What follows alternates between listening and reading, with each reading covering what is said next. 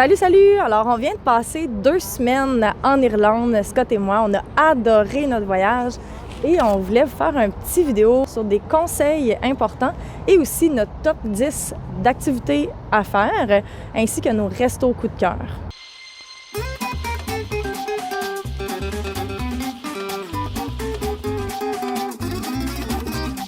Pour commencer, on hésitait, nous, entre faire un tour complet de l'Irlande ou se concentrer sur une ou 2 régions en particulier.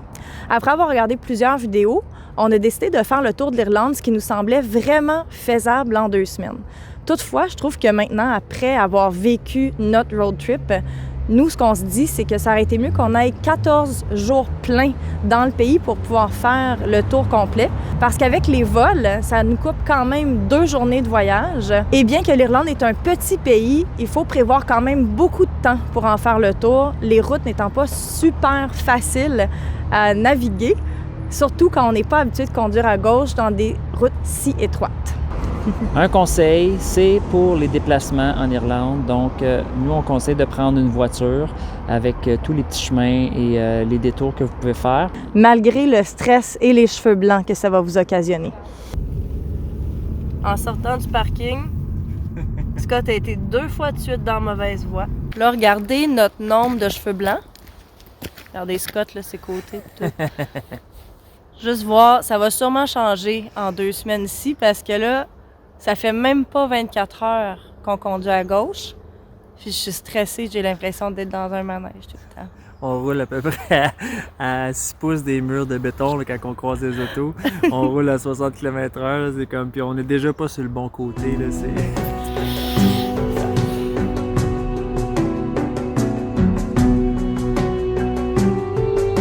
On vient d'arriver à Kilkenny après plus d'1 heure de conduite dans ces routes. Vraiment relaxant, là. Belle route.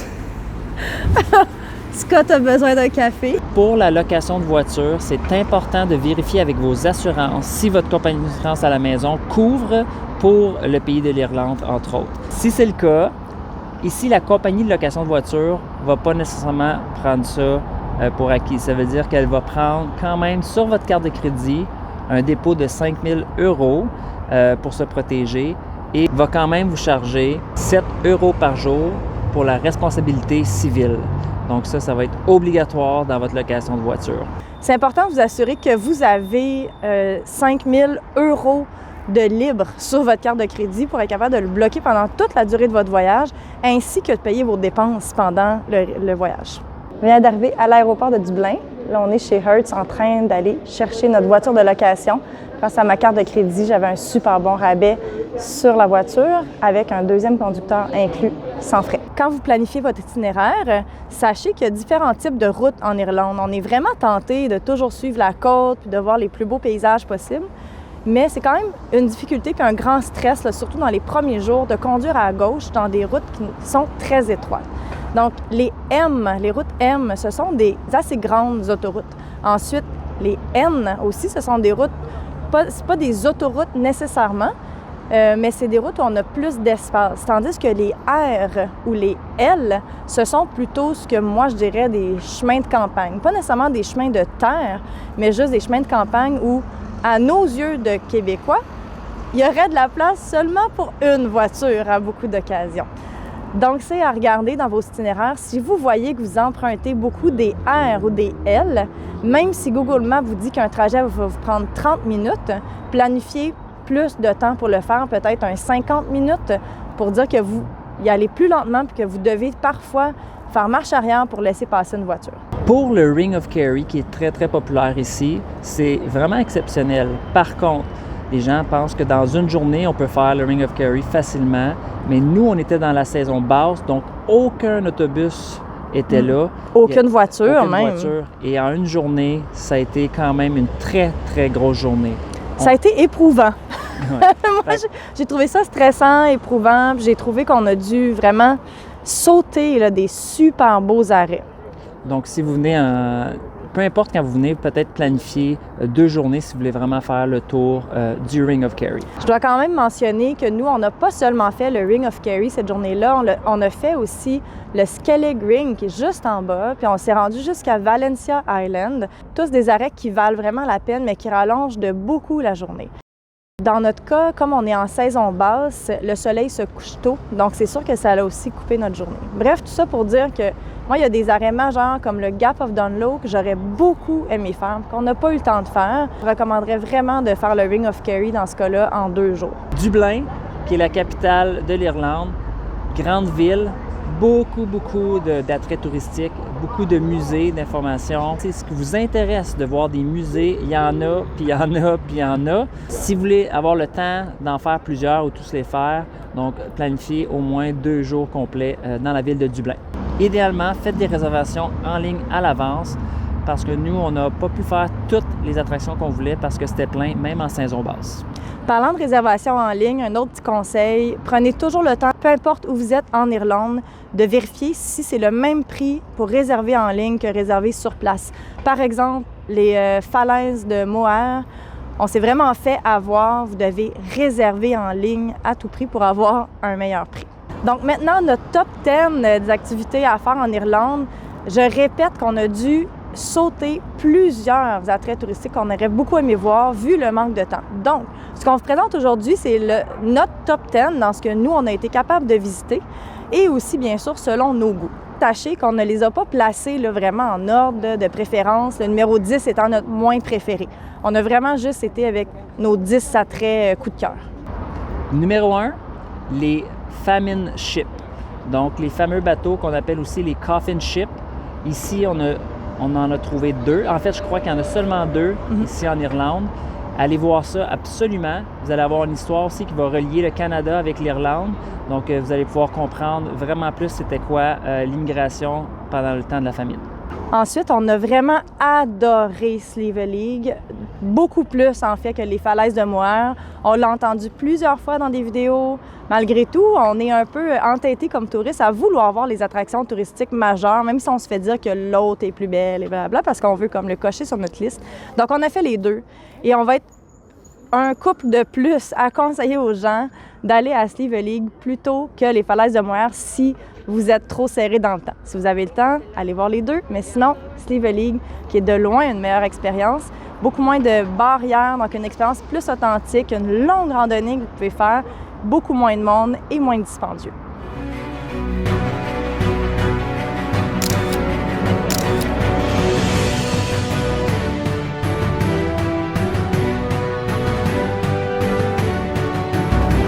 Numéro 3, Giant's Causeway.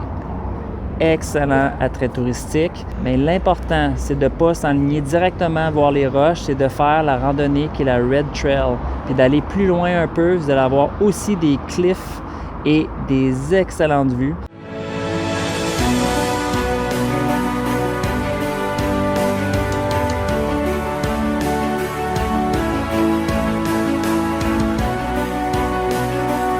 Ensuite, on vous recommande fortement Rock of Cashel, qui est aussi dans les grands attraits touristiques de l'Irlande, qui est vu comme un château, je pense, par la majorité des touristes, mais qui est en fait un siège religieux important en Irlande, donc c'est plus une église. Très, très belle ruine quand même de cathédrale, avec une visite guidée super intéressante si vous pouvez la faire. Tant qu'à être à Rock of Cashel, faites donc le détour jusqu'à Hoare Abbey, qui est gratuite et ouverte 24 heures sur 24, donc c'est une petite abbaye vraiment laissée à l'abandon dans un champ, ce qui donne tout un point de vue aussi sur Rock of Cashel. 2 minutes de marche. Chose importante à voir aussi, c'est absolument d'aller voir les pubs. Les pubs aussi traditionnels. On était chanceux, nous on a tombé sur un magnifique sur la première soirée qu'on est arrivé qui s'appelait le Harbour Bar. Donc il y en a tellement, il en manque pas là. Vous pouvez faire le tour de tous les villages, il va y avoir des pubs. Ça vaut la peine de juste entrer, aller voir. Si vous pouvez prendre une bière, faites-le, mais il ne faut pas manquer ça.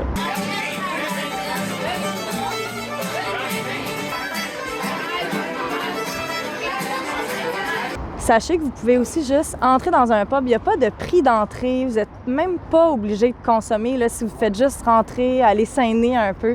Nous, c'est ça qu'on a fait. Là. C'est vraiment impressionnant.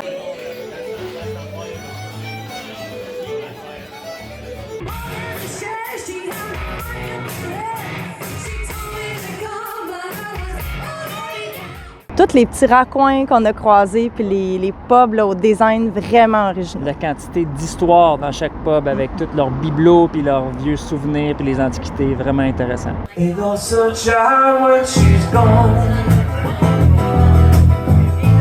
Only darkness every day. Ain't no sunshine. So I said, I give it a whirl.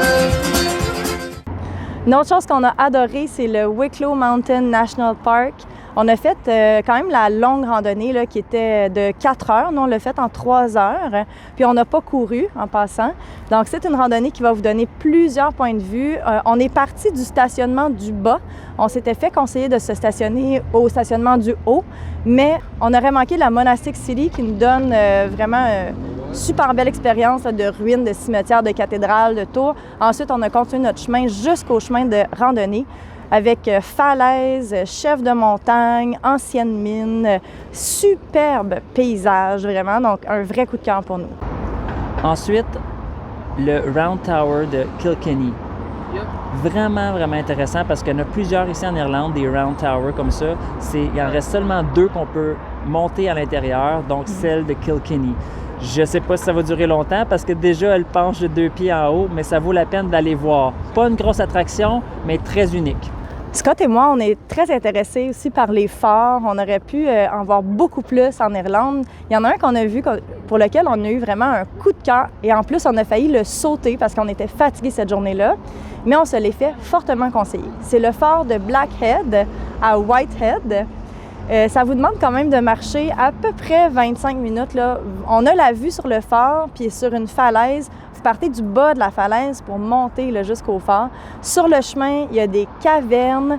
Il y a toute une histoire avec ces cavernes-là aussi. Il y a quelqu'un qui a déjà vécu dans ces cavernes-là.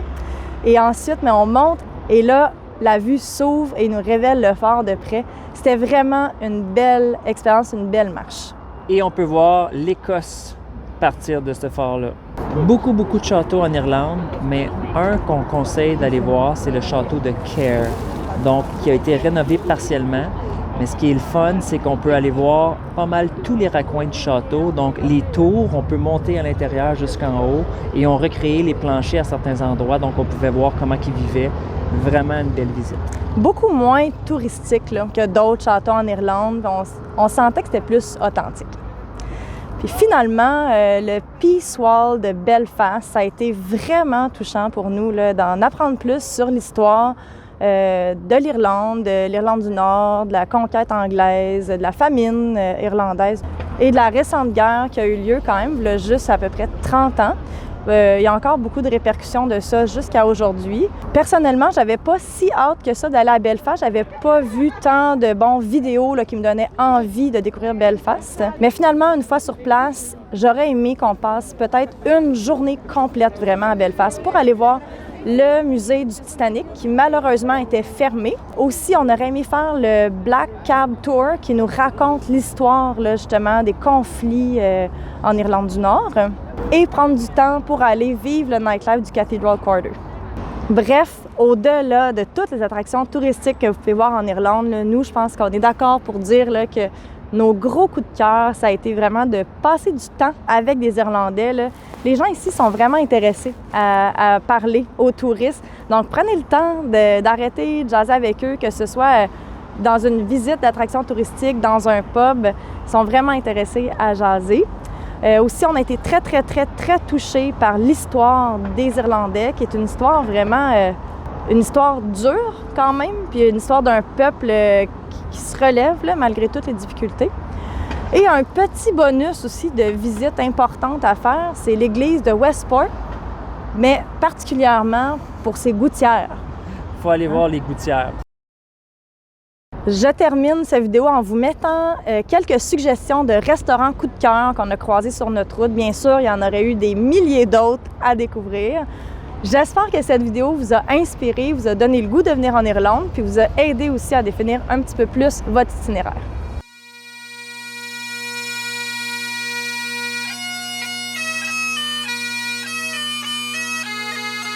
Premier arrêt en Irlande du Nord, on s'est arrêté au café Lost and Found.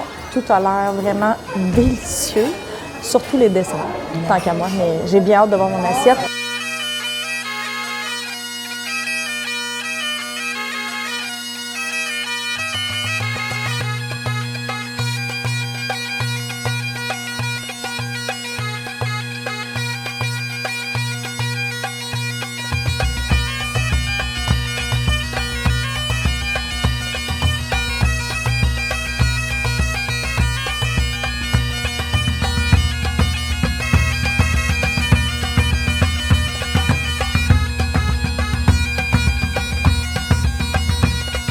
Là, on est au Fragola Café.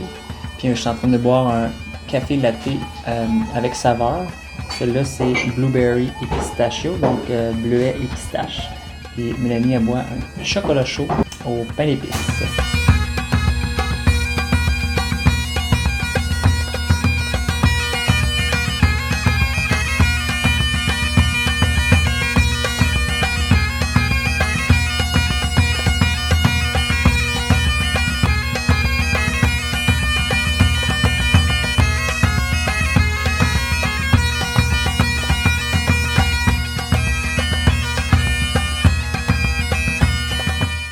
Idéalement, avoir une voiture pour faire le tour de l'Irlande, c'est l'idéal, idéalement 2 fois. Et, ce qu'ils vont faire, c'est qu'ils vont vous demander un 5 000 $ de dépôt sur votre... 5 000 €. Ouais. OK. Oh my God, tu vas tout faire du coupage là-dessus? Ben non, idéalement. Un bon conseil, c'est de vérifier aussi, tabarnouche, la compagnie de location. Si c'est le cas, là tu ris en plus, ça m'aide pas. Si c'est le cas, ben là, arrête! Si c'est le cas, ici, la compagnie de